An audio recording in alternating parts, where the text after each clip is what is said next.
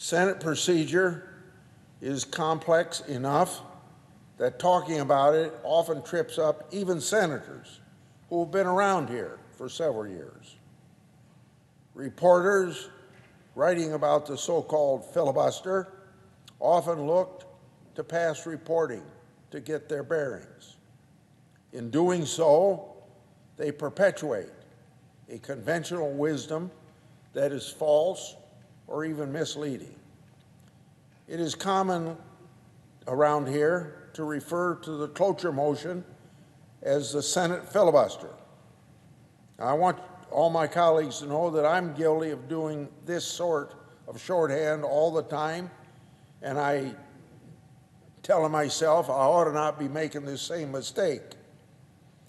According to the nonpartisan Congressional Research Service, quote, filibustering includes any use of dilatory or obstructive tactics to block a measure by preventing it from coming to a vote, end of quote. The cloture motion is not the same thing as a filibuster, as the Congressional Research Service will also confirm. The cloture vote requires 60 votes to bring consideration of legislation to finality. That means not just debate, but crucially, the amending process. And of course, I want to repeat that. The effect of invoking cloture is not to say that the Senate has considered the bill enough, meaning a sufficient number of amendments have been considered that the Senate has a chance to work its collective will. The Senate was designed by the constitutional framers to be a deliberative body. In the House, a narrow majority can pass hastily drafted, poorly conceived legislation. As political parties have become more ideologically polarized, power to shape legislation has accrued to the House leadership. Individual members of the House of Representatives have essentially no opportunity to get a vote on bills or amendments unless blessed by the Speaker of the House, Republican or Democrat.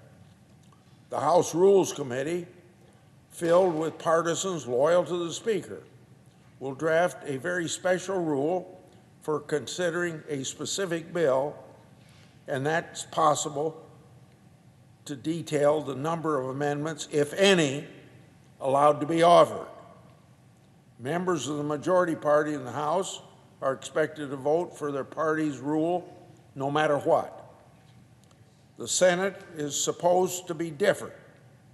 It's kind of like what we call the cooling saucer, making sure each provision in legislation is thought through and done as well as we can, particularly to overcome some of the House of Representatives that acts so quickly. We also make sure that bills work for most states, not just the most populous state on the East or West Coast that tend to dominate the House of Representatives. So the Senate is different. Each and every senator represents a whole state, and each senator has equal right to participate in the legislative process on behalf of their state. Senators who would abdicate that right are doing a disservice to their state and the people they represent. In the 2008 election, Democrats gained a 60-vote supermajority in the Senate with a Democrat House and President Obama.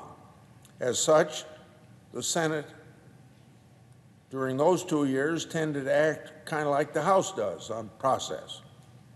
The usual deliberative process with bipartisan negotiations and carefully refining and tweaking by committees all went out the window. Major legislation was drafted in the Senate Democrat leader's office, often bypassing Senate committees. Democrats would then dutifully invoke cloture, often with no Senate floor amendment process at all. So naturally, those of us that have served around the Senate a while were astounded at the time that Democrat senators would routinely vote to cut off amendment process before it began. Surely they had amendments important to their states that they would like to have offered, but voting for cloture was expected of Democrats. They had 60 votes after all. They could do almost anything they wanted to. And it turned out just like the rule that comes out of the Rules Committee affecting how debate happens in the House of Representatives. Now, Democrats did this even if it meant giving up their right to offer amendments, thus abdicating their responsibility to represent their home states. That situation became the norm, even when the Democrats lost short-lived 60-vote supermajority. Most senators now serving only know the Senate since this break with Senate tradition. Despite some improvements in recent years, the culture of the Senate has not recovered. When people say the Senate is broken, the problem is not the one Senate rule keeping it from becoming just like the House of Representatives. In other words, it's not the 60-vote requirement that has broken the Senate. The problem is that people who expect the Senate to act just like the House of Representatives when the Senate is actually intended to be a check on the House. Since the most significant effect of blowing up the 60-vote cloture rule would be denied the right of all senators to offer amendments on the Senate floor, why do people still talk about some return to the mythical talking filibuster? That comes out of confusion over the word filibuster that I mentioned at the start of my remarks today. The Senate rules state that in most cases during debate on a bill, a senator may speak for as long as that senator holds the floor. That's the rule Jimmy Stewart's character took advantage of to delay consideration of a corrupt bill in the classic movie Mr. Smith Goes to Washington. That meets the definition of a filibuster, but it has nothing to do with the cloture rule. Those who would argue that senators ought to have to speak nonstop on the Senate floor until they collapse just to preserve their right to offer an amendment on behalf of their state are either confused or being dishonest. During the Trump administration, reporters routinely sprinkled the word falsely into descriptions of things that President Trump said as sort of a running fact check.